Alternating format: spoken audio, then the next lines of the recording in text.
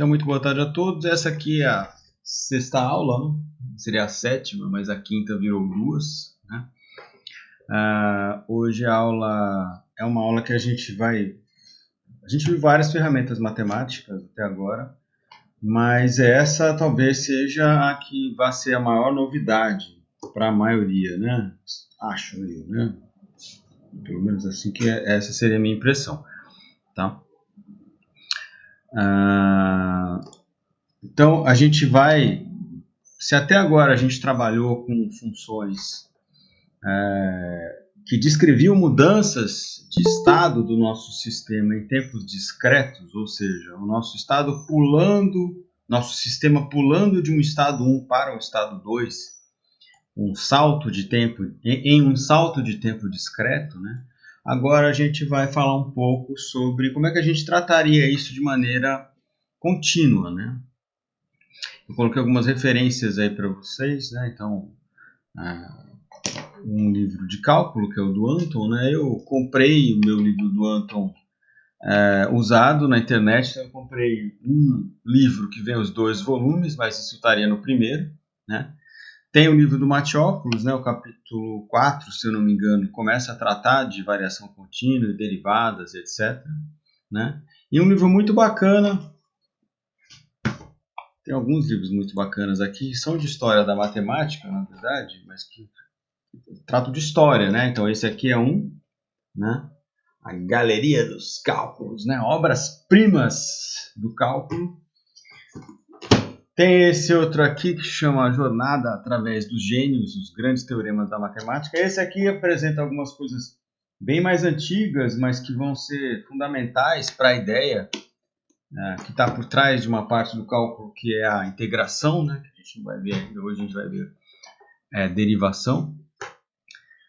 Tem mais outros aí, mas coloquei esses 3 aí, né? Então, o Calculus Gallery, o How to be a Quantitative Ecologist do Mathiopoulos e o livro de cálculo do Anton, se vocês quiserem se aprofundar mais e tiverem aí a facilidade de pegar esses livros de matemática que não tem quase nada de texto explicativo e sair fazendo exercício de cálculo, né? Porque no final das contas, vocês vão ver aqui que a ideia é razoavelmente simples, né? Século XXI, a ideia é razoavelmente simples.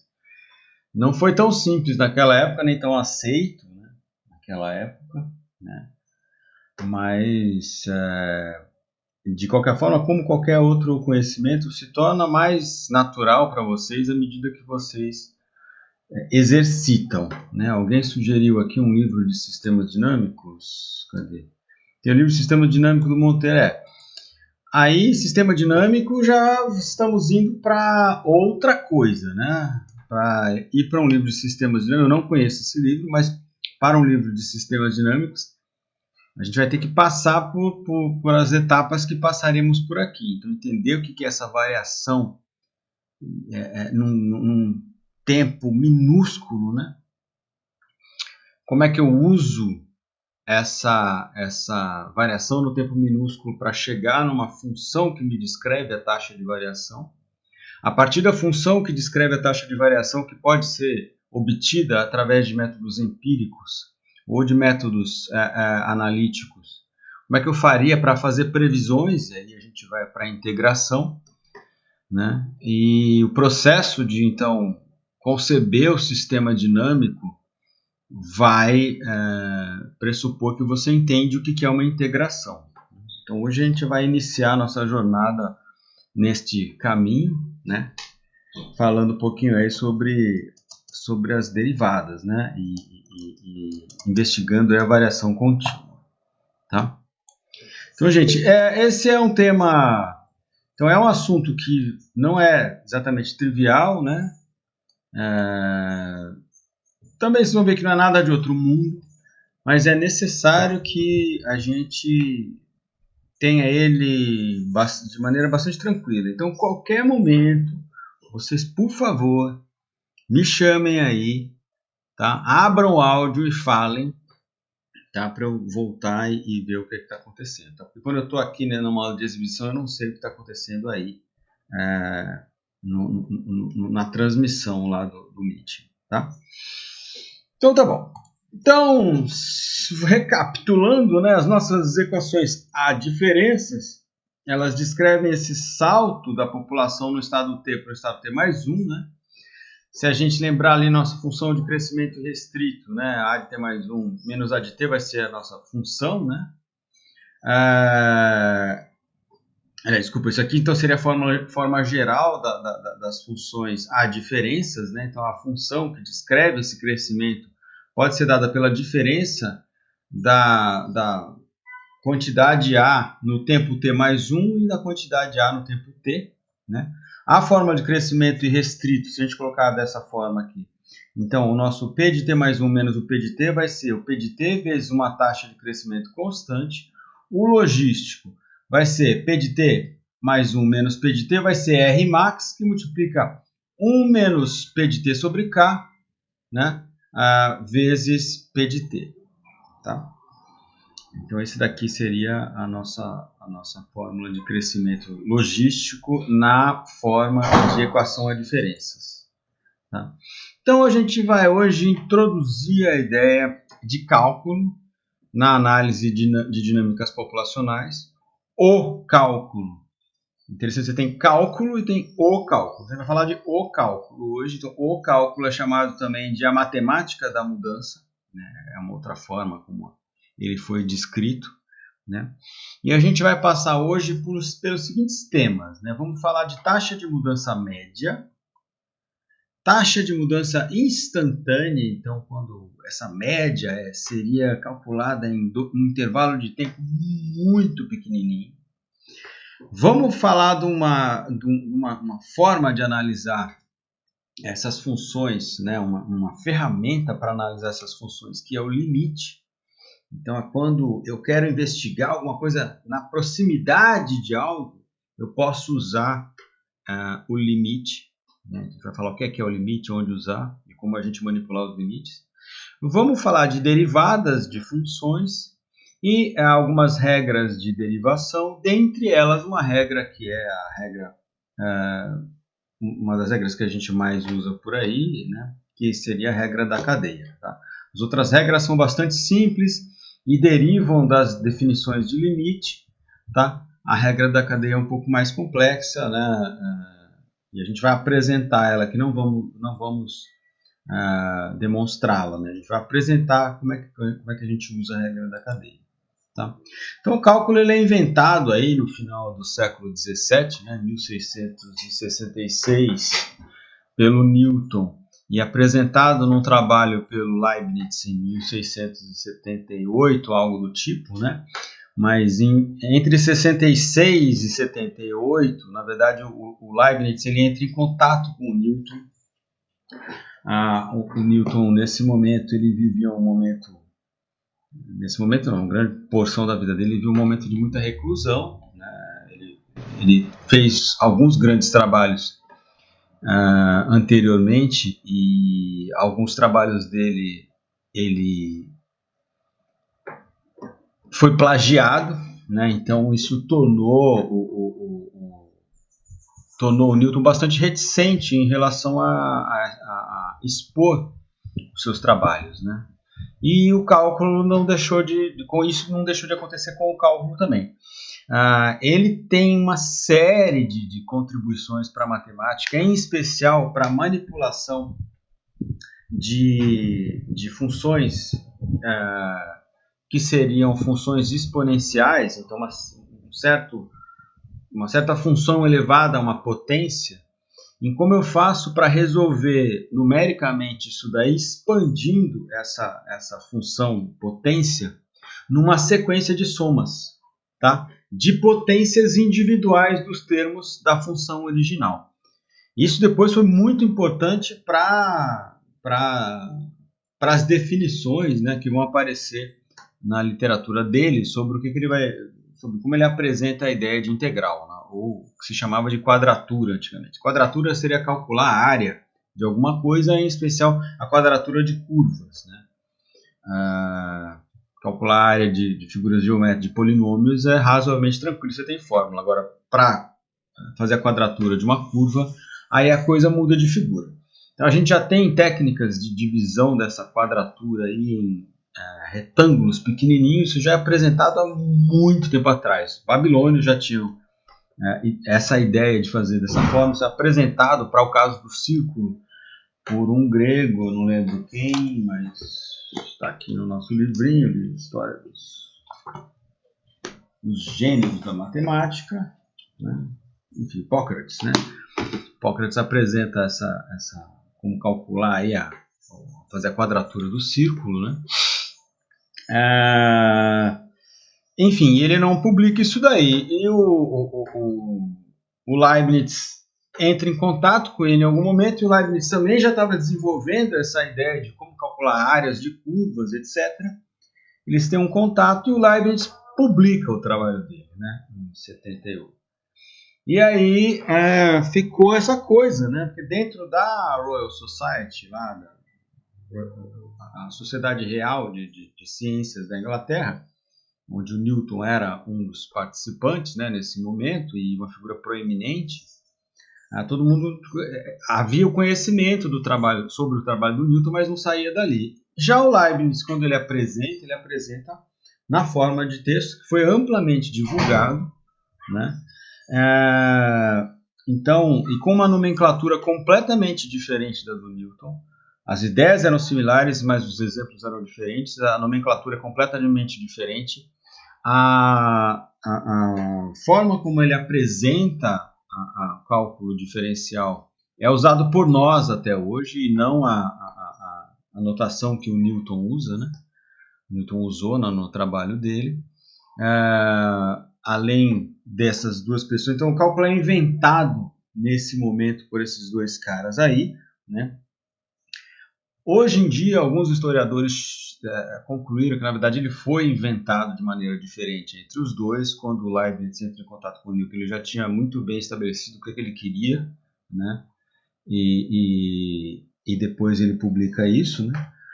Naquele momento, não houve grandes problemas, né? Mas especialmente depois que o Leibniz morreu, o Leibniz morre antes do Newton, o Newton passou e aí o Newton assume a Royal Society, lá, a Academy of Science da Inglaterra. Ele assume a sociedade e, na verdade, aí ele passa a dizer que o Leibniz o plagiou, né? De maneira não tão direta, mas ele deixa bem claro que ele que inventou e que o Leibniz, na verdade, aproveitou do conhecimento que ele gerou. Isso gerou uma discussão enorme que vem até hoje, como o Newton também tem grandes contribuições dentro da física, né? Então ele é muito bem visto dentro da física, dentro das áreas de ciências, e o Leibniz era uma pessoa, então nem os dois exatamente matemático, né? E o Leibniz, apesar das enormes contribuições do Newton para a matemática, do Leibniz também, tá? O Leibniz ele era diplomata, né? E tinha grande interesse em filosofia, né? Então os dois não eram exatamente pessoas estritamente ligadas à matemática, né? Mas então, enfim, aí eles inventam o cálculo, né? É óbvio que a gente não pode dizer que eles estão sozinhos, então todo esse progresso científico, na verdade, se baseia em coisas que foram feitas antes, né? Eu já mencionei que os babilônios, os gregos, e antes desses dois aí a gente tem o Pascal, a gente tem o Descartes, a gente tem outros grandes matemáticos que influenciaram fortemente o que esses dois caras fizeram, e muita gente que veio depois, tá? Aqui está a capa dos dois livros do Newton, né? Oi, fala. Um fato interessante também sobre o Newton, que quando ele assumiu a Royal Society de Londres, ele criou uma comissão científica para saber quem foi que inventou o cálculo, né? E o interessante era que ele era o presidente dessa comissão científica, para saber se foi ele ou se foi o Leibniz que inventou o cálculo. E eu fiquei, gente, Newton, socorro. Pois é. Bem imparcial. Pois é, e é interessante assim, que existe um documento que foi feito anteriormente por ele, que ele reconhecia que o trabalho do Leibniz tinha mérito e não sei o quê. E aí o que você está falando já são as articulações políticas, mas se você olha os documentos escritos, o que sai depois é que nunca ele fez uma acusação direta, ele sempre deixou assim no ar. Olha, fui eu que inventei, tá? Ele publicou lá primeiro, inclusive esse aqui o trabalho, né? Assim, em termos em termos matemáticos, né, de rigor matemático, que vai aparecer mais para frente, né, aquilo que é a chamada análise, né? Porque até então muita coisa era feita usando geometria e etc. Mas lá para o século XVIII e XIX a matemática muda completamente de figura, e ela muda completamente de figura por causa do cálculo. Tá? Então o cálculo traz alguns instrumentos que não existiam antes. Isso mudou tudo. E inclusive a forma e o rigor matemático na forma de se analisar as coisas. Então os matemáticos criticam fortemente os dois trabalhos, né? Tanto do Newton, que são esses dois aqui, de análises. Esse aqui onde ele apresenta uma série de análises onde ele pega funções e expande em somas infinitas, somas de infinitos termos. Tá? E aqui é onde ele apresenta a ideia de fluxo, que a gente vai ver daqui a pouco seria o equivalente ao nosso diferencial. A notação que a gente usa vem do trabalho do Leibniz, que é esse aqui do lado. Tá? Os dois falharam, segundo os matemáticos, não gostam de muitas das coisas que os dois colocam, né? Em especial essa ideia de incremento infinitesimal, né? Ou que esse incremento de x aí, para calcular o valor da derivada, ele tenderia a zero, seria infinitamente pequeno, mas não é zero. Os matemáticos têm sérios problemas com isso. Tá? Então, assim, analisando esses trabalhos, os matemáticos na época já criticaram, os matemáticos depois também criticaram mais ainda pela diferença, né, do que se considera como rigor, né, na análise matemática. Eu não posso deixar de... Então, tem quem veio antes, então, em especial Pascal e o Descartes. E aí a gente tem os caras que vieram depois. Então, esses dois aqui, ó, Jacob e o Johann Bernoulli, eles pegaram o trabalho do Leibniz e eles escreveram os primeiros livros de cálculo e eles tentaram, na medida do que era popularizar, mas eles popularizaram várias desses elementos dos cálculos, além deles terem produzido uma série de regras de derivação e integração. Tá? E aí a gente vai para um dos alunos do Johann Bernoulli, o mais famoso deles, que é o Euler. Tá? Então, aí o Euler muda a coisa completamente. Então, o Euler, todos eles acabaram indo trabalhar com expansão de funções em séries infinitas, né? E vocês vão ver por quê. Porque uma coisa eu tenho lá o seno de x. E agora o que eu faço com o seno de x? Mas se eu puder representar o seno na forma de uma expansão de um polinômio, fica mais fácil de eu trabalhar, porque trabalhar com polinômios é mais fácil. Fica mais fácil de trabalhar, porque trabalhar com polinômios é mais fácil. Vocês vão ver o porquê dessa minha frase hoje. Tá? Mas então, se trabalhou muito com expandir o seno de alguma coisa numa soma infinita, o cosseno, a exponencial, o logarítmico. E a partir daí, conseguir entender as regras de derivação, ou chegar em regras de derivação e integração para essas funções que eram funções importantes. Tá? E aí eu não vou falar de mais outras pessoas, mas a gente tem um monte de gente aí que vem depois, que nem o Fermat, que nem o Cauchy, o próprio Gauss, né? E mais uma infinidade de outros, né, que transformaram o cálculo e que transformaram o que a gente faz hoje em termos de usar o cálculo. Tá? Então hoje a gente vai iniciar aí nossa jornada através deste mundo diferente que é o cálculo, e vamos fazer isso entendendo o que é uma derivada. Tá? Então vamos lá. Se eu quiser investigar um processo dinâmico, né, eu posso fazer o seguinte: eu posso ir lá durante esse processo dinâmico qualquer e vamos pensar que processo dinâmico a gente poderia ter. Né? Então, a gente poderia, vamos supor, a gente está fazendo uma análise lá de crescimento das árvores dentro de uma certa área, a gente pode ir lá e, de tempos em tempos, medir o diâmetro da área. Eu posso acompanhar o diâmetro dessa área. Né? Eu posso medir, eu tô monitorando lá uma população de uma espécie de animal ameaçada de extinção. Eu posso fazer censos dessa população, né? Vamos supor que foi introduzido esse bicho numa certa área onde ele não tinha mais, e eu estou lá fazendo medições de quantos indivíduos tem naquele local em função do tempo. Então, eventualmente, se eles estão se reproduzindo, eu tenho um aumento populacional. Um outro caso, eu posso avaliar uma população invasora. Então, por exemplo, um caso que a gente está trabalhando aqui é o coral-sol. Então, eu vou lá e olho ao longo do espaço onde eu tenho e onde eu não tenho coral-sol. Então, eu posso ver, por exemplo, que o coral-sol está crescendo, expandindo a área onde ele ocorre. Então, isso é um processo que é um processo dinâmico. Outra coisa, antigamente, os filhos da gente, a gente colocava eles de pé do lado da porta e marcava lá a altura da criança. Ela ia crescendo, a gente marca e coloca a data. Então, você pode acompanhar o crescimento do seu filho ao longo do tempo, usando aí a porta da tua casa e uma caneta, né? Eventualmente, quando você vai pintar a casa, depois de muitos anos, depois que a criança vai embora, tal, vira adulto, aí você vai pintar a porta também, vai olhar aquilo ali, vai ficar com aquele remorso se pinta ou não pinta a porta, mas enfim.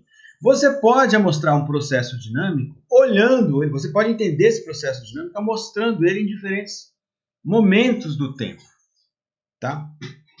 E você pode descrever a variação, né, o crescimento desse processo dinâmico usando dois momentos no tempo, tá? Então, se você quiser estimar a velocidade de mudança daquele sistema, você pode pegar dois momentos do tempo e ver qual que foi a velocidade de mudança, né?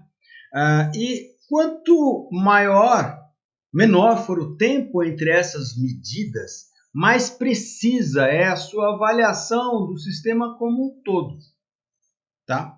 Se você tivesse uma função que descreve seu crescimento, sua variação no tempo desse seu processo dinâmico, né? Então, uma função que te mostra, olha, o crescimento é esse. Se você tem o ponto inicial, você pode prever aonde vai chegar o seu sistema e onde vai estar o seu sistema em qualquer tempo. Se você tiver essa função. Por isso que a gente faz tantas amostras temporais, né, de sistemas dinâmicos, que é para poder entender como é que ele varia ao longo do tempo, né? E ver se a gente consegue derivar a partir dali, ter ideias a partir dali de quais seriam as coisas que fazem esse sistema mudar e quais seriam as relações matemáticas as quais você usaria para criar um modelo que expressa o que está acontecendo ali para fazer algum tipo de previsão. Então tá. Então vamos fazer uma brincadeira aqui. Vamos representar um sistema que está variando no tempo, né? Eu vou usar como inspiração aquele exemplo que tem lá no livro, que seria de uma árvore crescendo ao longo do tempo, né? Num ambiente temperado. Então, no ambiente temperado, você não vai ter que a árvore cresce o tempo inteiro, né? Então, nos períodos de inverno, essa árvore vai parar de crescer. Então, ela cresce, primavera, verão, chega no inverno, ela para. Aí, vem a primavera de novo, ela volta a crescer, né? Verão, ela cresce, outono, ela para de crescer, então, outono e inverno, ela para de crescer. Então, seria um crescimento em ciclo. Várias espécies de ambiente tropical, especialmente se nesse ambiente tropical tiver sazonalidade de precipitação, várias espécies de ambiente tropical também vão ter um comportamento semelhante.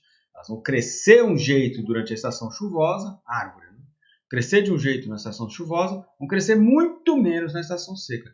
Isso dá origem àquela técnica de tentar calcular a idade de uma árvore pelo número de anéis de crescimento. Então, quando ela cresce na estação chuvosa, a gente tem uma expansão muito grande. Quando ela está na estação seca, essa expansão é muito pequenininha e gera um anel que é mais escuro. Entretanto, em ambiente tropical, muitas vezes a gente tem períodos secos no meio de períodos chuvosos, tá? Então, não é tão simples fazer anel de crescimento em ambiente tropical como é em ambiente temperado, que segue exatamente essa norma. Vem a primavera, verão, a gente tem estação de crescimento. Vem o outono, inverno, a gente tem uma redução do crescimento. Desculpa. Então vamos lá. Eu fiz aqui uma brincadeira de uma função para simular um crescimento cíclico como esse usando um seno. Olha que legal. Então como é que eu fiz isso, né? A gente sabe que a função seno varia entre 0 e 1, né? Só que se eu somar o seno com alguma coisa, eu faço aquela translação do seno. Se eu somar esse seno com alguma coisa que está variando em função de x, está crescendo em função de x, eu faço uma rotação nessa linha de base. Então eu fiz aqui, ó, seno de alguma coisa vezes x mais uma constante vezes x. Tá? No caso aqui eu usei 0,7. Então eu teria o seno, que seria assim, agora ele vai crescer assim. Então o que eu fiz? Eu também dei uma expandida aqui no comprimento da onda, ou diminuir a frequência, né? Fiz essa onda ficar maior, para eu não ter um crescimento negativo para cima, para tentar dar uma arretada na onda quando ela tivesse no momento de decrescimento. Então esse decrescimento seria compensado pela função de crescimento da constante vezes x, então eu teria um platô. Fui tentando alguns valores e cheguei aqui. Com as aulas que a gente vai ter, vocês vão perceber que não precisa tentar valores, dá para chegar a esses valores usando as derivadas. Tá? Então tá aí essa curva de seno de 0,7 vezes x mais 0,7 vezes x. Tá? Se a gente quisesse mudar, só uma brincadeira aqui, se a gente mudasse a frequência, né, ou seja, esse termo que multiplica x fosse algo diferente de 0,7, né, vamos supor aqui 1,5, o que acontece? Eu vou aumentar a frequência, né? Então vai ser um monte de ondinhas onde eu tenho uma onda só. Olha lá o que acontece. Né? E nesse caso, se eu fizer o 0,7, olha só, ele vai para baixo, que eu não queria. Eu não queria que tivesse crescimento negativo. Às vezes acontece, tá? Ter crescimento negativo. Eu queria que a onda ficasse deitadinha aqui, mais ou menos comportada. Né? Se eu fizer uma outra coisa, né, se eu multiplicar essa função inteira por uma constante, o que aconteceu? Eu vou fazer uma translação com ela inteira. Tá? Então, eu multipliquei por um número maior que 1, agora eu subi a função. Se eu multiplicar por um número menor do que 1, eu vou diminuir o ângulo dessa função. Tá? Eu posso controlar o ângulo com este termo aqui e posso controlar o ângulo com esse termo aqui. Tá?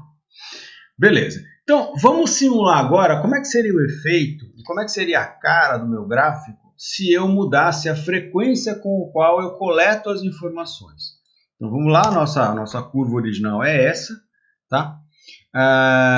Vamos pegar e criar uma função para calcular a resposta usando essa fórmula matemática, vamos chamar ela de F1. Tá? Então, F1, se eu aplicar num vetor x qualquer, ele vai me retornar a função, né, que eu quero, seno de 0,7 vezes x, mais 0,7 vezes x. Né? Então, eu criei F1 aqui.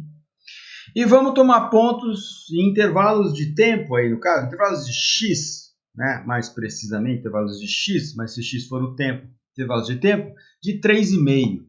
Então, vamos criar uma sequência de 0 a 20, de 3,5 em 3,5. Tá?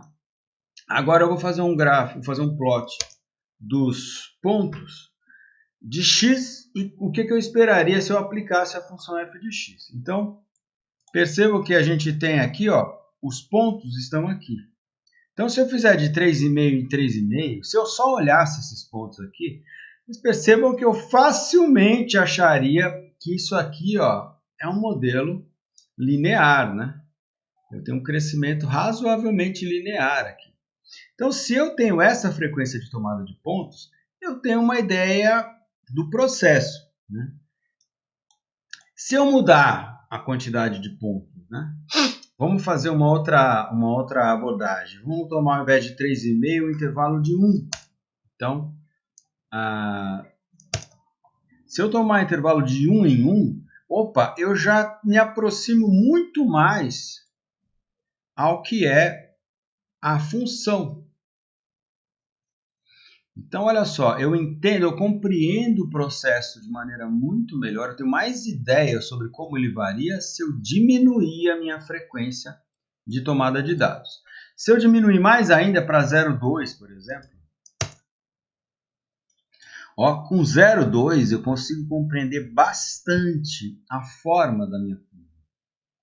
Tá? Então, quanto menor o intervalo, melhor é a resolução, né? E melhor a representação dessa função contínua, que seria o crescimento aí desse sistema ao longo do tempo. Né? Então, no exemplo que a gente tem lá no livro, ele apresentou isso daqui. Né? Então, isso daqui seria o crescimento de uma árvore, né? Ou de um lote de árvores, e aqui a gente tem a média da massa dessas árvores, né, ao longo do tempo. Então estão aqui as datas e aqui está o valor das médias. Né?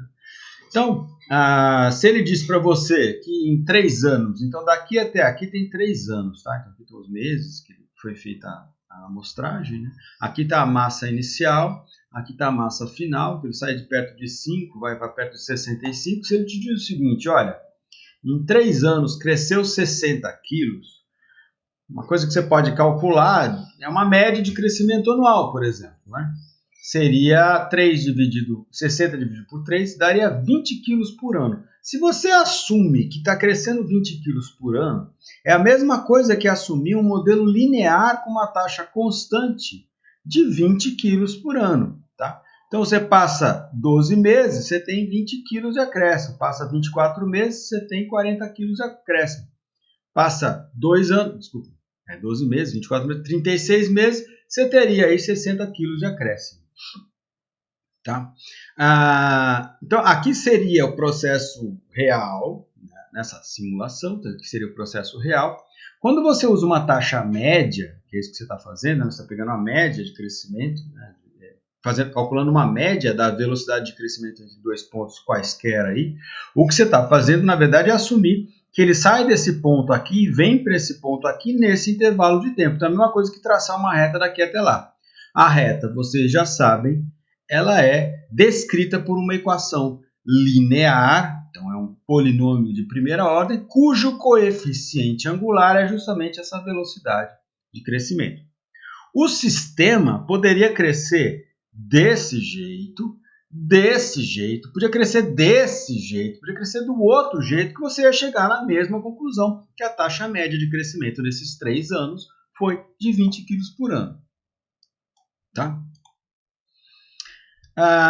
Esse crescimento, quando você coleta pontos no tempo, tá?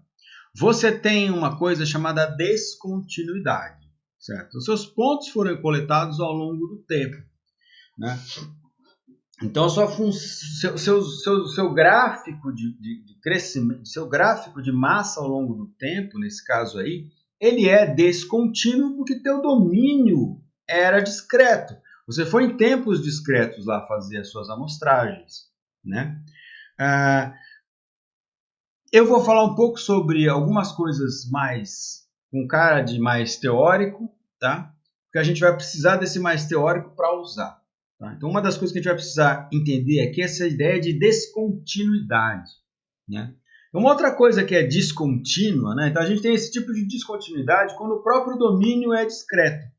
Então, se eu aplico uma função em cima dos números naturais, o resultado dessa função é naturalmente discreto, ou seja, é descontínuo.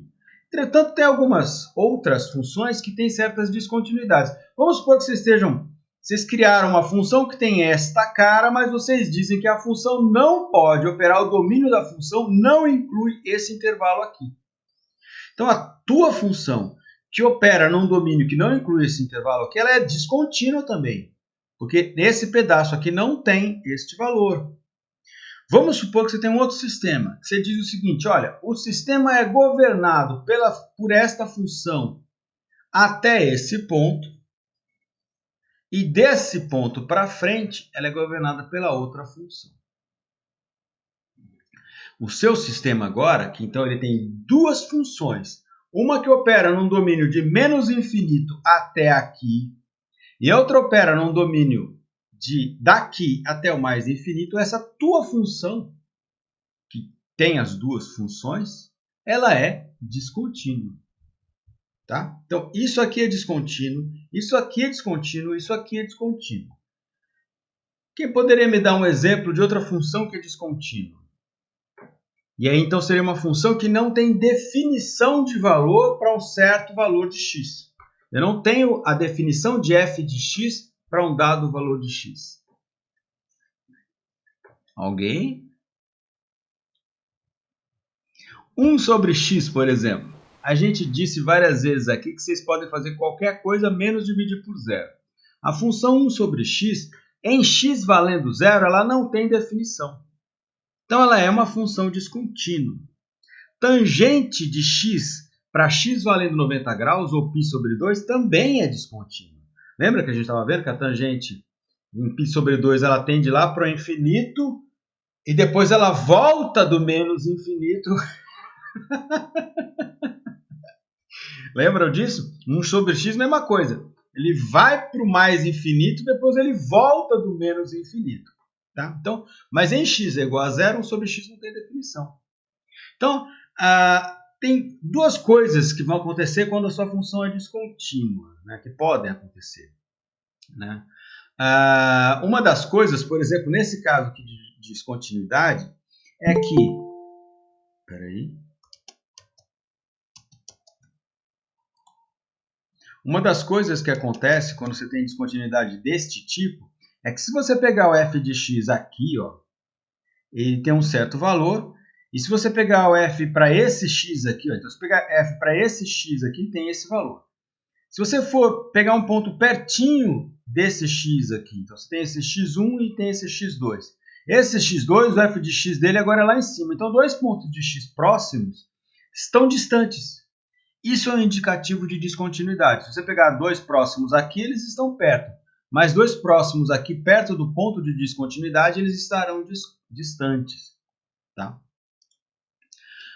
Isso é uma consequência da descontinuidade. Então, se x1 e x2 são próximos, uma função contínua, necessariamente x1, f de x1 e f de x2 vão tender a ser próximos, vão ser próximos também. Isso é importante, a gente vai usar isso hoje.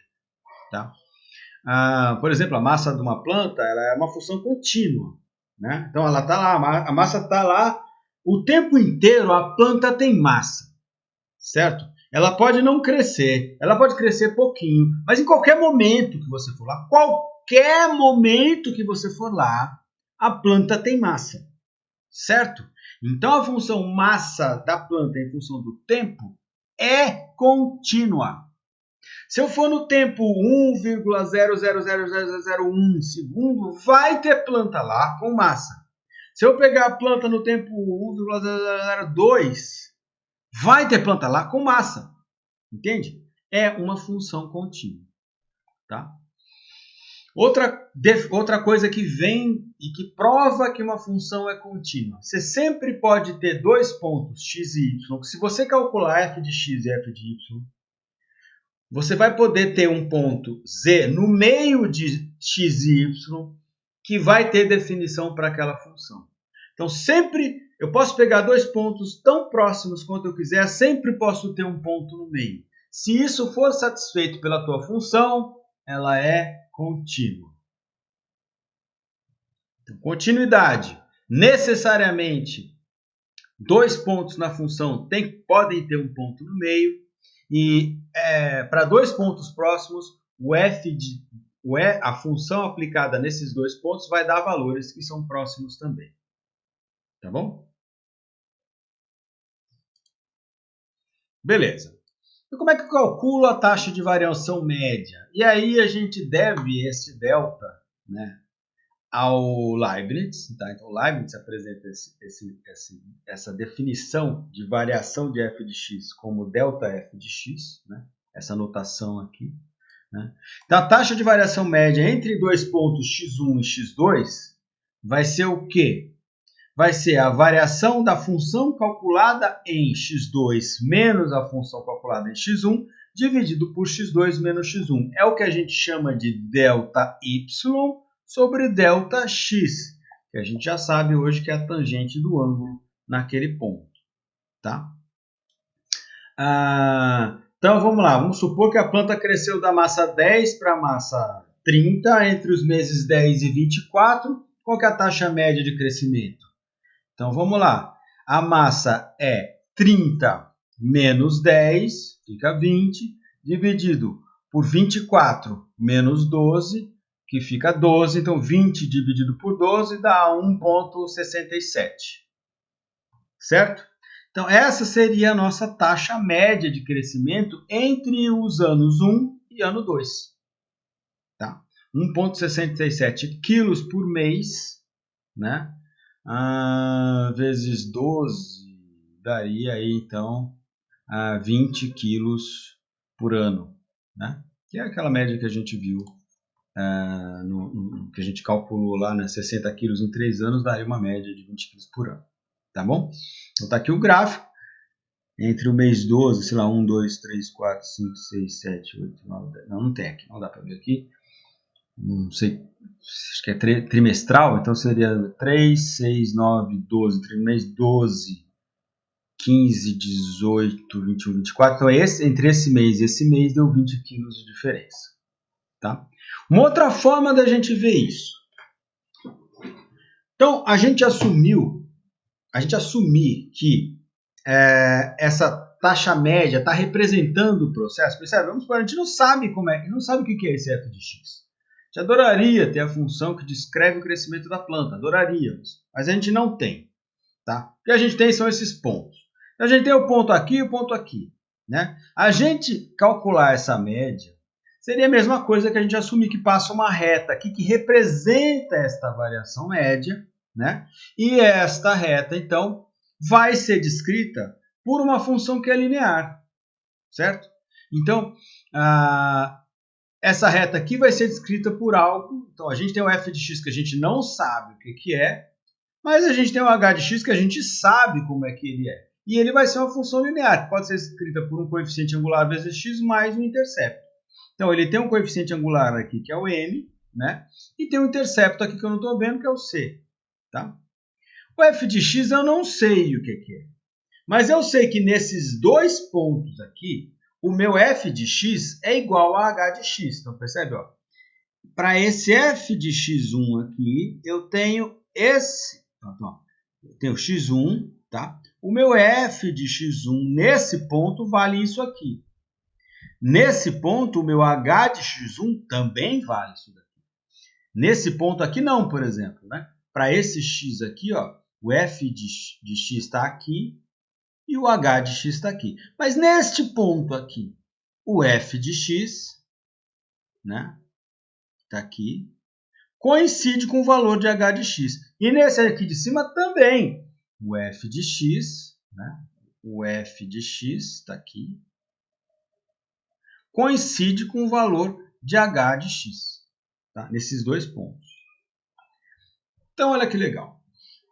Beleza, então se nesses dois pontos o f de x1 é igual a h de x1 e o f de x2 é h de x2, e eu sei como é que é a fórmula, né? Aqui h de x é mx mais c, eu tenho aqui que f de x1 vai ser m vezes x1 mais c. O f de x2 vai ser m de x2 mais c. O meu delta f de x vai ser o quê? Um menos o outro, certo? Então f de x2 menos f de x1 vai ser mx1 mais c menos mx2 mais c. Corta o menos c com mais c, fica mx1, x2 menos x1. Tá? Se eu dividir mx2 menos x1 por x2 menos x1, eu corto x2 menos x1 e fica só o m.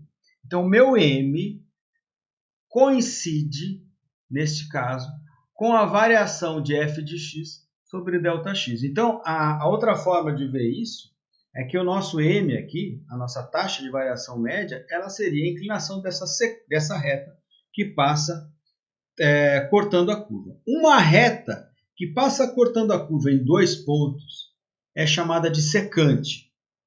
Tá? O problema da gente trabalhar com taxas médias é que a gente sempre vai trabalhar em cima de valores arbitrários. Então, você pega lá o ponto inicial e o ponto final lá da planta, né? Um vai dar 5, outro vai dar 65. Então, a planta crescer 60 quilos em 3 anos, você não sabe nada sobre como ela cresce ao longo desse tempo. Será que essa taxa de crescimento, essa velocidade de crescimento de 1,67 quilos por mês, ela se mantém constante? A gente já viu lá pelo gráfico que não. Então, a reta não representa bem o sistema, né? Uma outra forma de eu ver isso seria, ao invés de eu usar essa taxa de crescimento inteira, né, do momento inteiro, seria eu calcular taxas de crescimento de intervalos cada vez menores, né? Então, eu teria taxas médias ainda, porém de intervalos cada vez menores, tá? Agora, vamos supor que esses intervalos cada vez menores, eles pudessem ser descritos por uma função matemática. Então, essa função matemática que me descreveria a variação na velocidade, eu poderia usar para calcular os crescimentos, tá? Dado certo tempo. Mas para a gente conseguir fazer isso, né, para a gente conseguir ter uma noção melhor dessa taxa de crescimento em tempos mais reduzidos, né, ou tão reduzidos que seria um tempo muito pequenininho, seria um instante de tempo muito pequenininho, né? A gente sairia então dessa taxa de crescimento média para uma taxa de crescimento instantâneo. E esse instante é algo que, quanto menor ele for, mais preciso, mais refinado é meu conhecimento sobre o sistema. Então, a gente vai sair de uma taxa de crescimento médio e vamos tentar chegar numa taxa de crescimento instantâneo. Tá? Então, vamos lá. Para a gente encontrar essa taxa de crescimento instantâneo. Então, o que eu vou ter que fazer? Então, eu tenho que... A gente já viu que essa reta que cruza a curva em 2 pontos é a secante, né? E a secante, a inclinação da secante pode ser dada pelo valor da função. No caso, em casos reais, aqui seria aquilo que você mediu em campo, né? Ou o tamanho do seu filho, ou a área coberta pela tubastreia, ou o diâmetro da árvore no tempo 2 menos o diâmetro da árvore no tempo 1, dividido pela variação de tempo, né? Então, é o nosso ΔF de x dividido por ΔX. Então, o que acontece? Se eu tenho que o meu F2, meu tempo 2 aqui é cada vez mais perto de 1, essa secante, ela vai ficar secante, eu tenho até a curva aqui, eu tenho a secante, né? À medida em que esses dois pontos vão se aproximando, essa secante vai se tornando cada vez mais parecida com a tangente. A tangente é definida como uma reta que toca uma curva em apenas um ponto. Então, perceba, eu tenho a secante que me descreve a variação média, e aquilo que vai descrever a variação instantânea mesmo será a tangente. Tá? Então, a tangente é onde esses dois pontos x1 e x2, né, viram o mesmo ponto. Então, o meu ΔX está tendendo a zero. Tá? Então, tá aqui, seria uma representação gráfica disso. Então, olha só, se eu pegar e calcular a velocidade de crescimento aqui, usando esses dois pontos A e B aqui, você vai ter que a velocidade média de crescimento é essa. Certo? Mas ela não é essa, porque olha só, o sistema está crescendo muito rápido aqui e muito devagar aqui. Como é que você sabe que está crescendo rápido aqui e devagar, Mariana? Porque o sistema vai ser dado justamente por essa taxa de variação, né? ΔY em função de ΔX. Então aqui eu vou ter esse ΔX e esse ΔY. Mas se eu diminuir o tempo que eu estou medindo, olha só, eu tenho esse ΔX aqui, que é bem menor que o outro, e o meu ΔY é quase igual ao outro. Então, esse valor aqui, ó, percebam pela inclinação dessa reta, é muito mais intenso. A velocidade aqui é maior, né? Se eu calcular usando esse ponto aqui, eu vejo que é maior ainda. Esse ponto aqui é maior ainda. Então, quanto mais esse pontinho que se aproxima desse outro, essa secante se aproxima à reta tangente. E a reta tangente calculada aqui vai ser algo desse tipo, calculada aqui vai ser algo desse tipo. Isso me descreve muito melhor o sistema. Porque aqui a tangente tem um ângulo mais inclinado e aqui menos inclinado. Então a velocidade de crescimento aqui é maior do que aqui. Tá? Então a inclinação da tangente num dado ponto, eu estou vendo a secante aqui, mas se eu fizer o ponto tender ao outro, eu vou ter a tangente. Então a inclinação da tangente nesse ponto A é a taxa de variação instantânea desse momento. Tá? Isso aqui é tempo, então nesse tempo a velocidade de crescimento é essa. Nesse tempo aqui a velocidade de crescimento é essa, vai ser a tangente aqui. Tá? Então, para o caso real, o acréscimo de massa nesse momento aqui é a tangente que passa por esse ponto aqui. O acréscimo de massa nesse ponto, né, é a tangente que passa.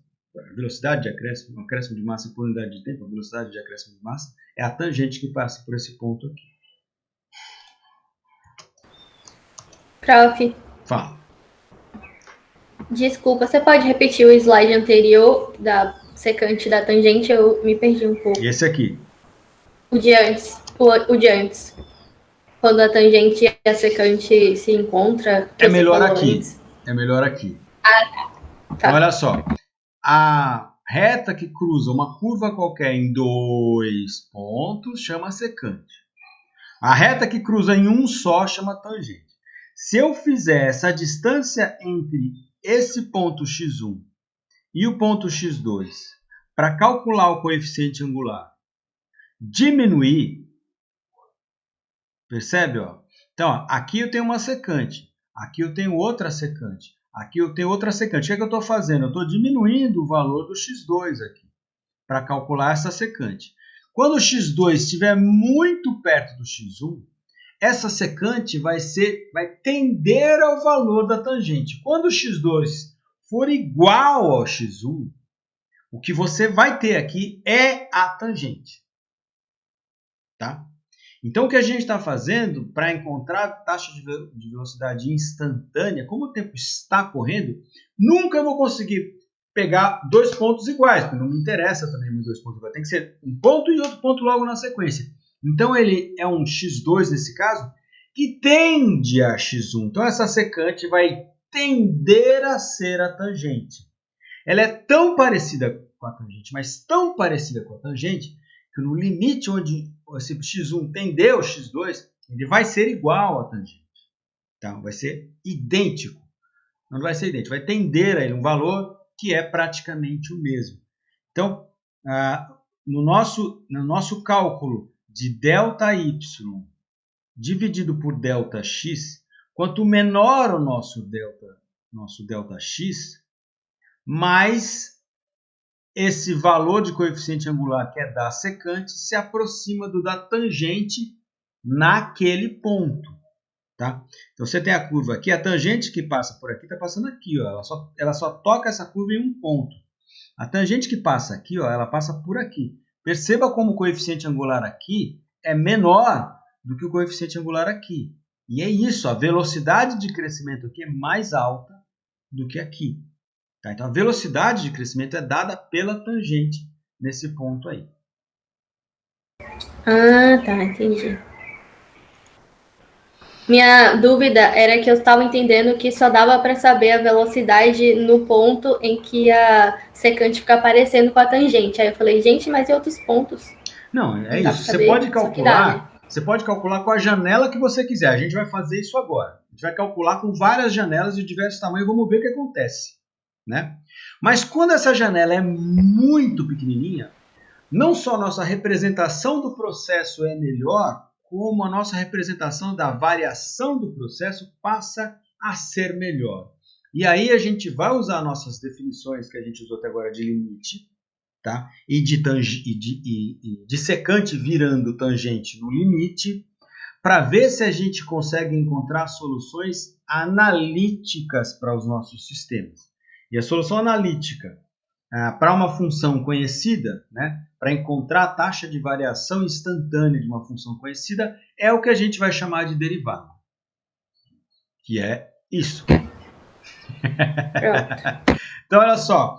O limite, quando x2 tende a x1, ou quando x tende a x1, entre f de x menos f de x1, dividido por x menos x1, tá?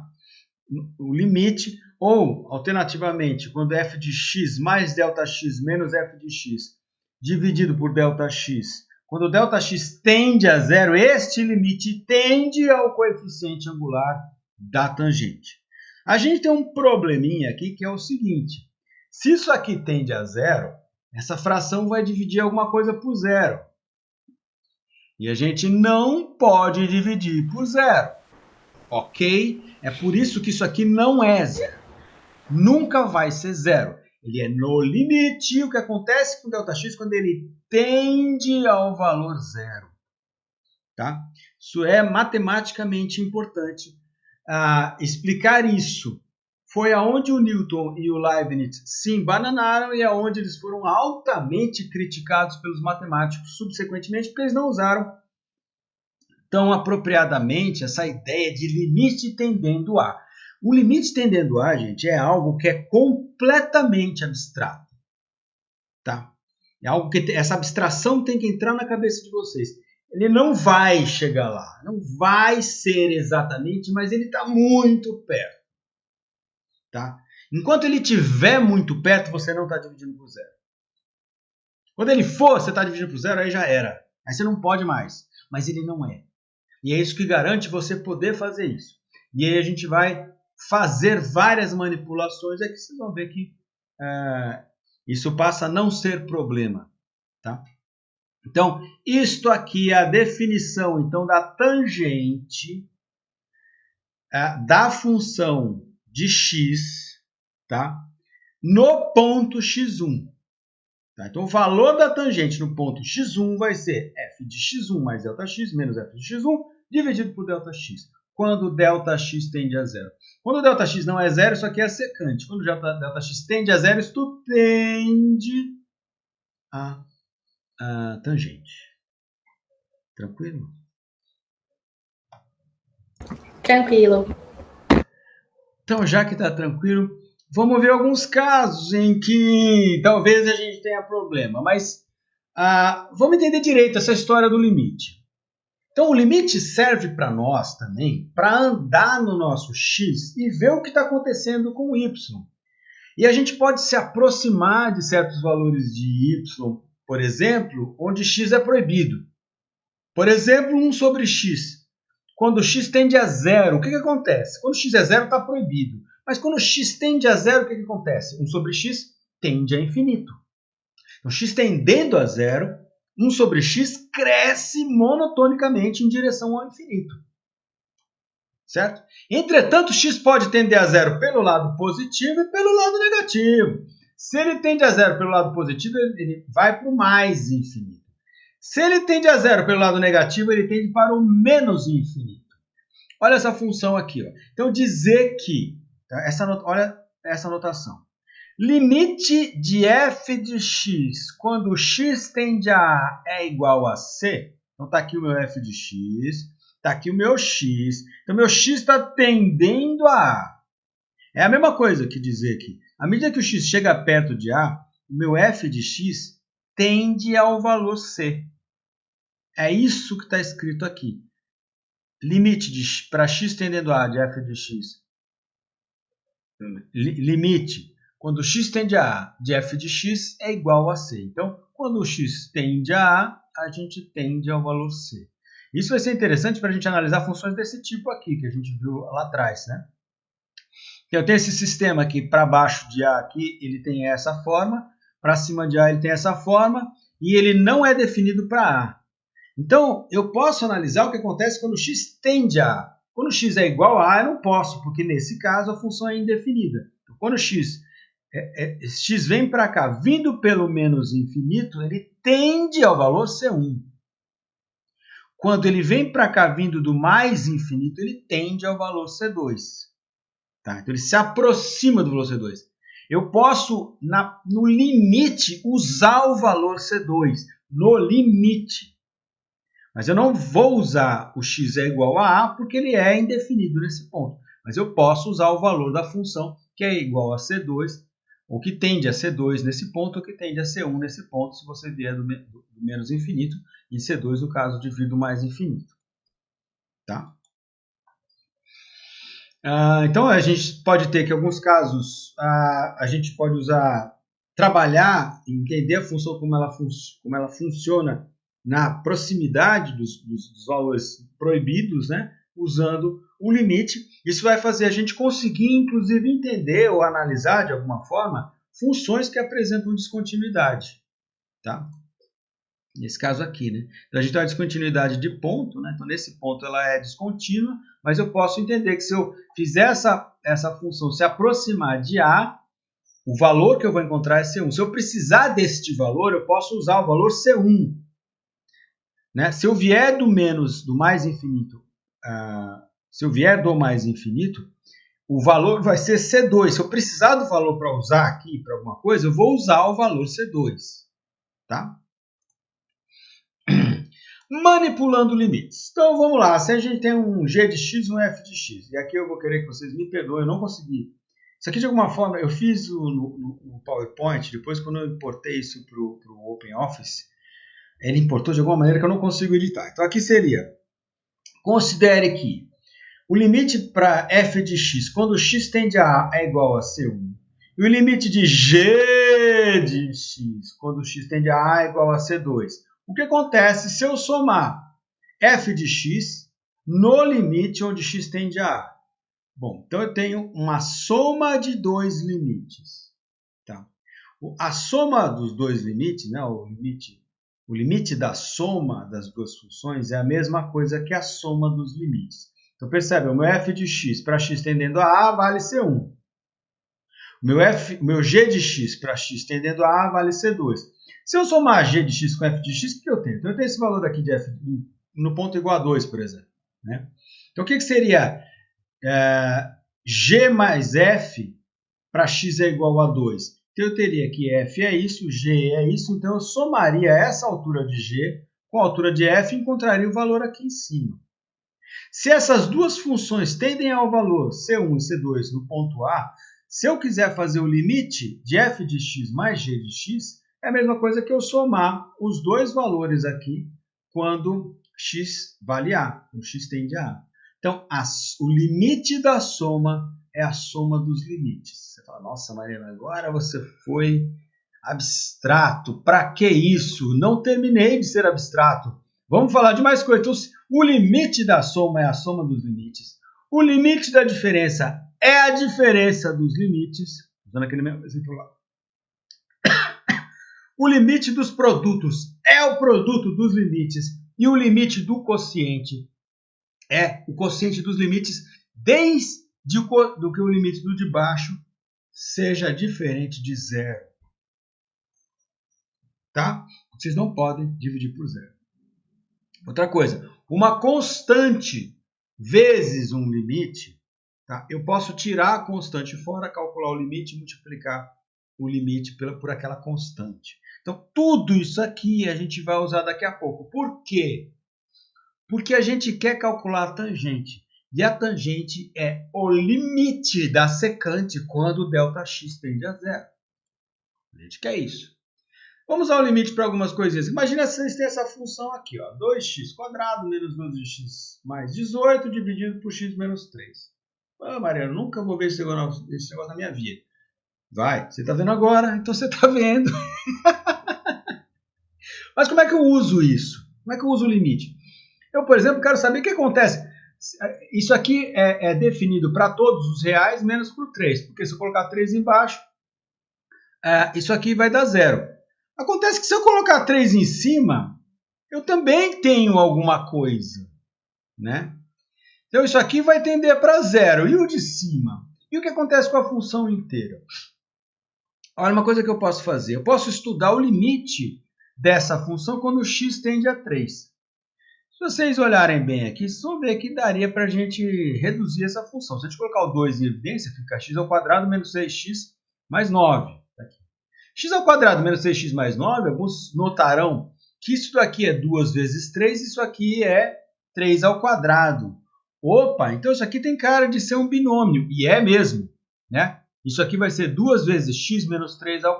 Opa, então 2 vezes x menos 3² dividido por x menos 3, eu corto o x menos 3. Olha que interessante, eu já tirei o x do denominador, então acabou o meu problema de fazer o x virar 3, para entender o que acontece nessa função. Então vamos lá. Então, isso aqui no final das contas fica 2 vezes x menos 3 ao quadrado de x menos 3. Eu corto o x menos 3 com esse quadrado, né? X menos 3 ao quadrado dá x menos 3 vezes x menos 3. Então fica 2 vezes x menos 3. O limite de 2 vezes uma função 2 é uma constante, eu posso tirar fora o 2. Então vai ser 2 vezes o limite de x menos 3 quando o x tende a 3. Vamos substituir o x por 3 aqui. A gente vai fazer ele virar 3. Então no 3 o que acontece? Fica 3 menos 3 dá 0. 2 vezes 0 dá 0. Então, no limite para x tendendo a 3, não é só que isso aqui tende a 0, mas o de cima também tende a 0. Então, no x tendendo a 3, isso vai tendendo a 0, o de baixo vai tendendo a 0 e a fração inteira vai tender a 0. Ela não é definida em 3, mas eu posso estudar o que acontece quando ela chega perto de 3. Tá? Agora vamos definir aí o que é a derivada de uma função. Tá? Então, a derivada de uma função ela vai representar a função que me descreve as tangentes daquela função, ou que me descreve as velocidades instantâneas daquela função, ao longo do tempo, ou ao longo de x, ou ao longo de y, ao longo do que eu quiser. Tá? Nesse caso aqui é de x. Então, ela vai ser definida. Como é que é a nossa definição de tangente? É a nossa definição de secante quando o ΔX tende a 0. Então, f de x mais ΔX menos f de x dividido por ΔX quando o ΔX tende a 0. Agradeçam Leibniz por essa notação. Como é que eu acho a derivada? A derivada a gente também escreve como f' de x. Quem trouxe essa notação do f' de x? Preciso pegar minha colinha aqui. Mas eu acho que foi o Cauchy. No Lagrange.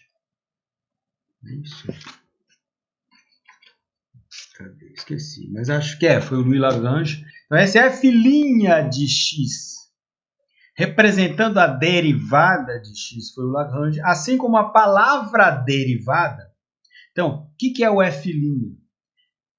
É a função que derivou de f de x. Então, esta palavra derivada, para se expressar para isto aqui, também foi trazida para nós pelo Louis Lagrange. Tá? Então, f' de x vai ser o limite para f de x mais ΔX menos f de x dividido por ΔX, quando o ΔX tende a 0. Tem o nosso problema, isso aqui não poder ser 0, mas a gente vai fazer as análises, fazendo isso tender a ser 0. Isso a gente pode fazer usando a nossa definição de limite. Tá? Então, uma função é diferenciável no ponto x, ou seja, ela tem uma tangente. Ela tem uma velocidade de mudança naquele ponto x, se existe este limite. Tá? E ela vai ser diferenciável em qualquer ponto, se para qualquer ponto de f de x existir o limite. Então, eu posso calcular a velocidade de modificação num ponto específico, posso calcular a velocidade de modificação para a função inteira. Certo? Beleza. Então, tudo isso aqui é notação válida. F' de x, agradeçam o Lagrange. Df dx, agradeçam o Leibniz. Tá? A mesma coisa, df de x dx. O interessante de usar a notação do diferencial deste jeito é que dá para a gente manipular estas diferenciais como se fossem frações de verdade. Isso é ótimo, isso é fantástico. Mas enfim, outra anotação que vocês vão ver, especialmente em livros de física, é f pontinho em cima. Também é a derivada de f de x. Isso remonta um pouco à anotação que o Newton usava. Né? Então, o Newton colocava lá que o seu y ponto dividido pelos x pontos seria o fluxion de y em função do fluxion de x, e este fluxion é que seria esse incremento infinitesimal da variável x, certo? Foi altamente criticado pelo fluxion, mas o Leibniz também, apesar da notação ser super legal, ele quando definiu que era dx, que era algo infinitamente pequeno, quase igual a zero, mas não igual a zero, também não convenceu muita gente. tá? Mas no final a nossa definição vai ser df dx vai ser o limite para x, Δx tendido a zero, de ΔF de x sobre Δx. Beleza? Se a gente olhasse, calculasse aqui numericamente nosso crescimento da planta lá, a gente veria que está aqui o crescimento da planta, a gente veria algo deste tipo aqui. Então, olha só, ela acelera o crescimento, depois desacelera o crescimento, aí ele vira zero. Então, acelera, desacelera e o crescimento vira zero. Então, aqui é crescimento zero. O tamanho da planta é zero? Não, o tamanho não é zero. O que é zero aqui é a velocidade de crescimento. A velocidade aqui é zero. Depois ela já estava grandinha, cresceu mais ainda. Tá aqui, ó. A velocidade atinge valores maiores ainda e depois decresce. Então a velocidade acelera, começa a desacelerar no ponto médio aqui até virar zero de novo. Então acelera, desacelera e vira zero. Acelera, desacelera e vira zero. Então a aceleração é a variação da velocidade, tá? Vamos lá para o R, porque era para a gente ter feito umas coisas lá no R, que eu achei tão legal. Então tá, quanto menor o intervalo entre pontos, mais próximo da representação contínua. Aqui, ó, então, exemplos de curvas com descontinuidade. Então, f de x igual a 1 sobre x, né? Então, aqui, para o valor zero, a gente não tem a definição da função. Outra, tangente de x, pena que o R faz essa sacanagem com a gente, né? Que ele liga um ponto ao outro, mas não, né? Quando a x tende aqui a π sobre 2 é 1,67, né? 3,14 dividido por 2, então 1,67. Então ele vai lá para o menos infinito, dá a volta no universo e volta aqui pelo mais infinito. Aqui eu fiz um scriptzinho para vocês verem aquela... Na verdade, eu copiei o script lá do Mathiopoulos, né? Que seria a gente calcular... a gente mostrar aqui o que seria a secante, né? Então, calcular várias secantes, o que seria a representação do coeficiente angular dessas secantes. Com essas secantes, se você tomar pontos mais distantes, né, ou pontos mais próximos, a gente se aproxima do valor da tangente. E eu, graças ao Pavel, eu descobri esse argumento aqui, ó, C-slip, ele faz cada rodada sua demorar um intervalo de tempo. Sem isso daqui ficaria instantâneo e não daria para ver o que acontece. Então, olha só. A gente tem que, para cada novo ponto... ele não fez, ele botou mais. Para cada novo ponto aonde o nosso... Então, isso aqui, percebe, né? Esse aqui é o nosso f de x e esse aqui é o nosso f de x mais ΔX. Ok? O x mais ΔX. Então, conforme o ΔX vai diminuindo, né, a nossa secante vai se aproximando da reta tangente que passa por aquele ponto. Beleza, mas então isso daqui é o que acontece naquele ponto, né? E o que acontece se a gente fosse calcular secantes para curvas com ΔX de tamanhos diferentes? Então vamos lá, vamos fazer para essa mesma função, né, f de x é igual a menos x quadrado. Vamos usar um passo, né, um ΔX de 2. Eu chamo de passo aqui. Então vamos criar uma sequência que vai de menos 2 a 8, que seria os limites de plotagem aqui do nosso gráfico, pelo nosso passo, né? Aí eu vou calcular os vários pontinhos aqui dentro dessa curva, vou calcular o f de x, f de x mais ΔX menos o f de x, que seria o nosso ΔY, né? ΔY. E vou dividir pelo nosso passo. Então, vamos lá calcular o nosso df1, que seria aqui o nosso diferencial de x, né? Primeiro, vamos ver onde caem os pontos. Então, para essa sequência de menos 2 a 8, de 2 em 2, vão cair nesses pontos aqui, né? E agora, vamos calcular aí, então, as nossas secantes em cima de cada valor desse. Percebe como eu preciso de 2 pontos para calcular a secante? Então, eu vou calcular a primeira secante usando esse valor inicial aqui, né? Então vai ser esse ΔX e esse ΔY. Então isso aqui é f de x, isso aqui é f de x mais ΔX. Então vai ser esse ΔY dividido por esse ΔX, desse ΔX aqui. Então, percebe, aqui ele é positivo, aqui eu tenho para esse ΔX eu tenho esse incremento de ΔY, então isso aqui ele passa a ser negativo. Aqui, para esse ΔX, eu tenho esse ΔY, ele é mais negativo. Então, olha só, para essa curva aqui, que é uma curva quadrática, o que está acontecendo? A nossa taxa de variação, ela está decrescendo e cada vez mais negativa. Está ficando cada vez mais negativa. Então, a velocidade está mudando. Ou seja, eu tenho uma aceleração negativa aí. Sabe, como a velocidade é constante, eu não tenho aceleração. Mas quando a velocidade está mudando, a própria velocidade tem uma aceleração. Tá? A própria velocidade tem uma variação e a variação da velocidade a gente chama de aceleração. Então agora vamos plotar os pontos que são os nossos valores de secante, para entender como é que a secante está variando. Se a gente plotar aqui os valores de secante, então esse aqui é o valor da secante para esse ponto, né, para esse intervalo. Esse aqui é o valor para esse intervalo. Se vocês passarem aqui a reta em cima do x, vocês vão ver que isso aqui é ligeiramente positivo. Esse é ligeiramente negativo. Esse aqui é mais negativo. Esse aqui é mais negativo ainda. Esse aqui é mais negativo ainda. Se a gente traçar uma linha entre eles,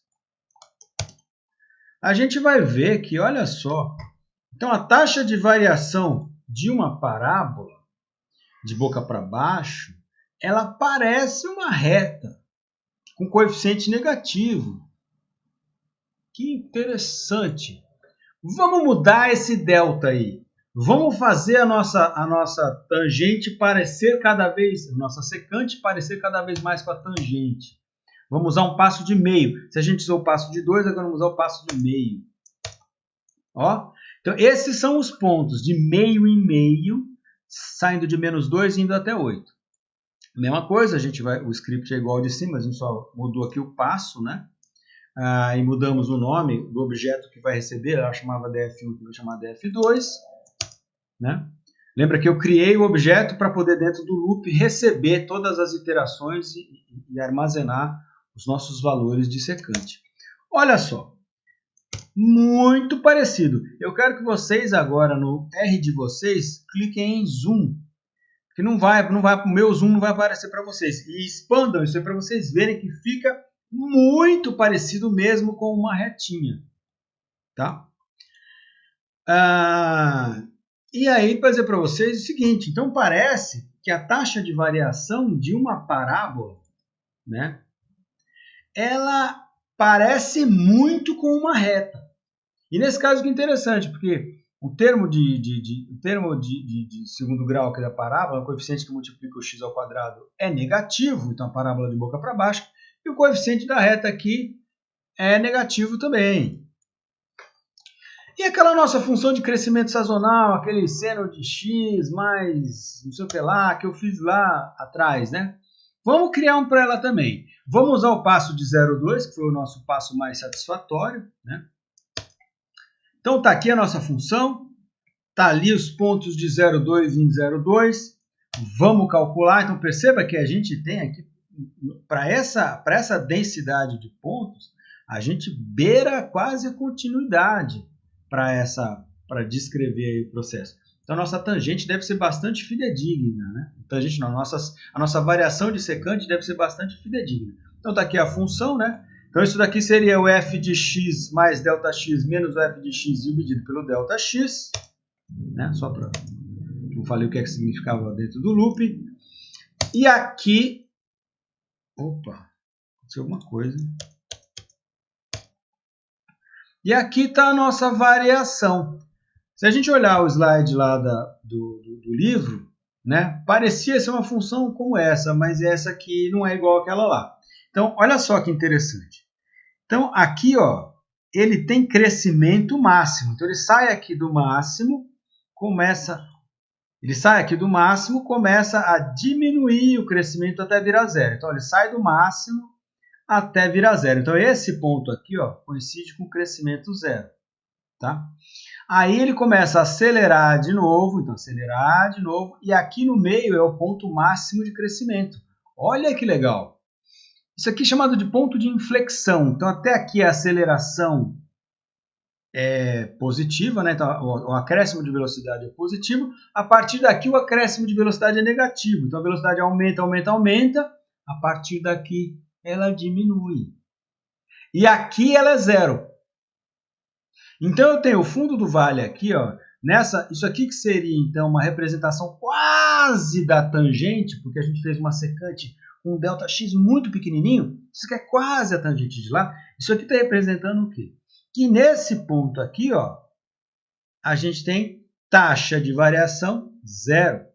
A velocidade cresce e atinge um máximo aqui. Depois ela decresce e atinge o zero de novo aqui. Então, esses zeros são os valores onde a gente não tem crescimento. A velocidade de crescimento é zero. Beleza? Se a gente colocar a linha aqui, a linha horizontal em zero, vocês vão ver que tá aqui são os pontos onde a gente não tem crescimento. Eu não tenho certeza se eu conseguir acertar esse ângulo aqui para não ficar crescimento negativo. Talvez tenha aqui algum ponto para baixo da linha que eu não consigo ver com este zoom, né? Voltando aqui para a aula.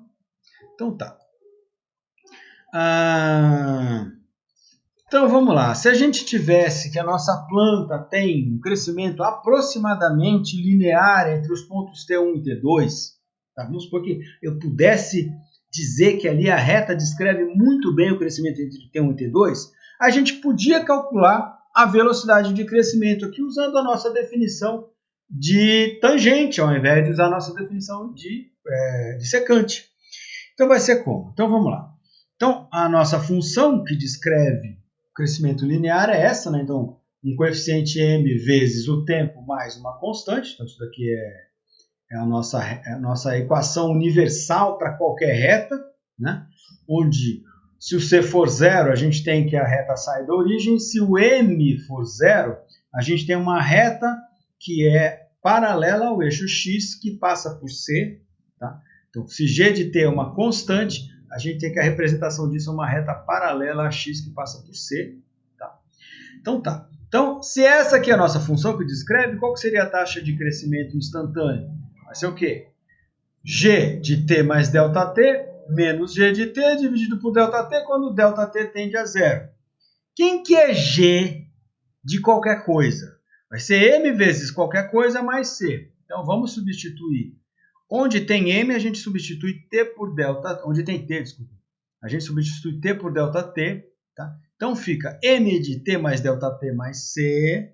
Isso aqui é g de t mais ΔT. Menos g de t. G de t é o quê? mt mais c. Então, fica menos mt menos c. Olha só. Uma coisa que dá para a gente fazer, olha. Constante corta com constante. Acabou. Então, a nossa taxa de variação não depende do intercepto. Olha que legal. Primeira coisa que a gente pode tirar daqui. Se a gente expandir isso aqui, fica mt mais mΔt, menos mt. Opa, esse mt corta com esse menos mt. Então, esse limite aqui vai ser m vezes ΔT dividido por ΔT. m ΔT dividido por ΔT. Eu posso dividir em cima e embaixo por ΔT. O que acontece? Eu corto ΔT com ΔT. Fica limite de m quando ΔT tende a zero.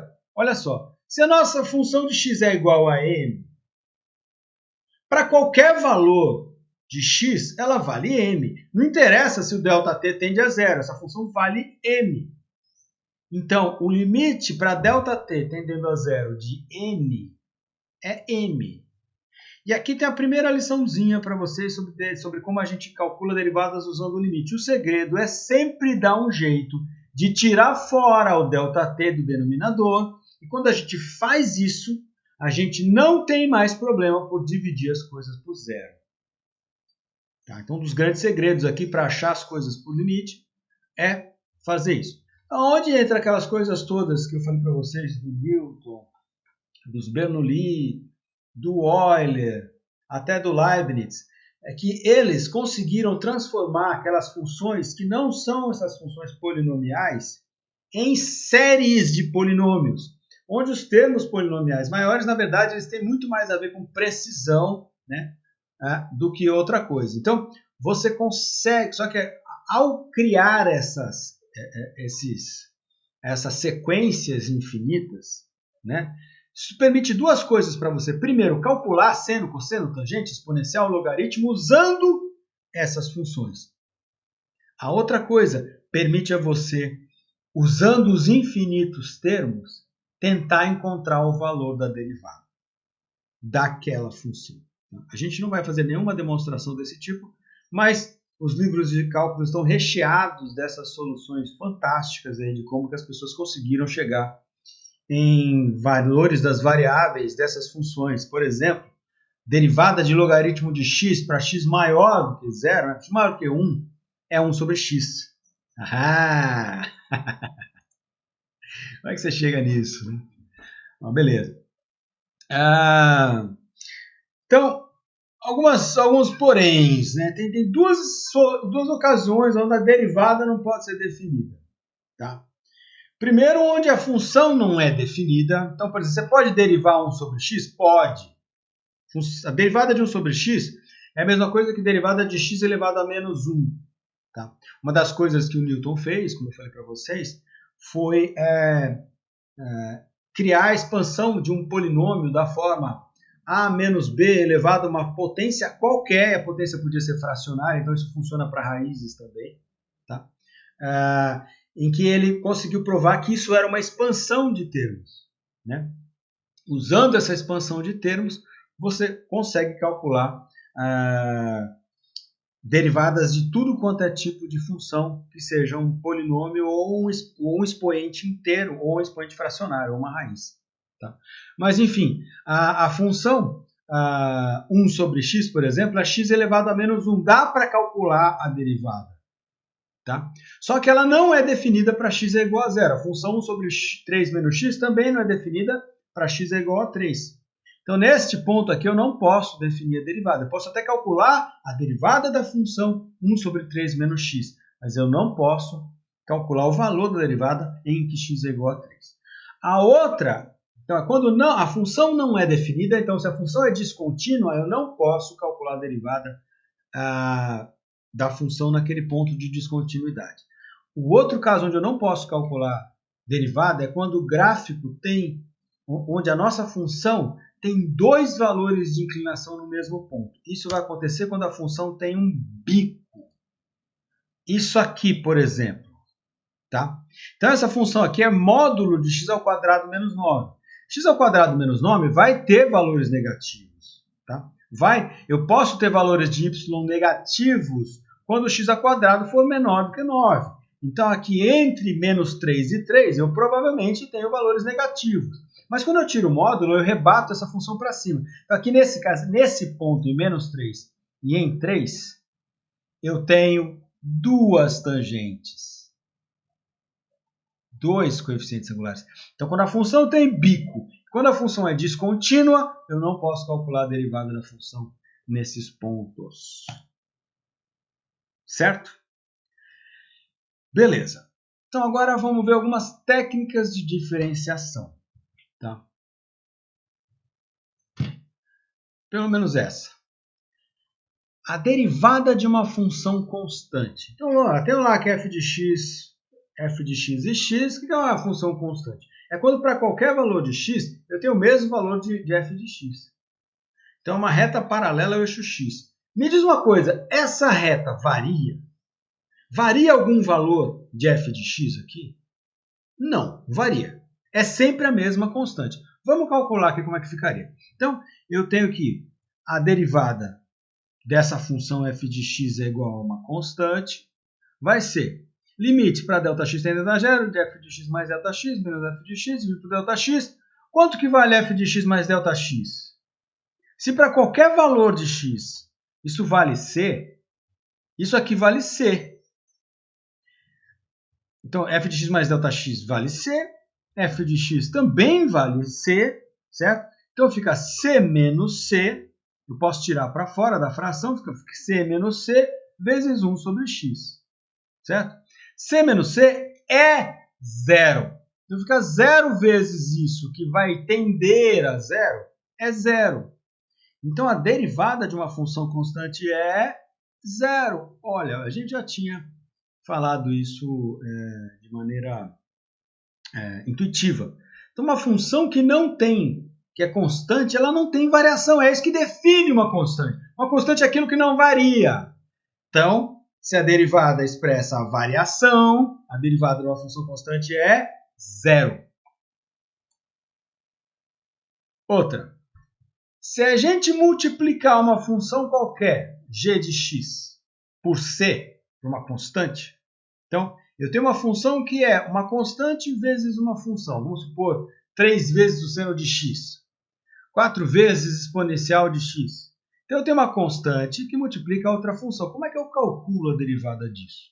Vamos botar aqui na nossa definição de limite. Então, df de x dx vai ser c vezes g de x mais ΔX menos c vezes g de x dividido por ΔX.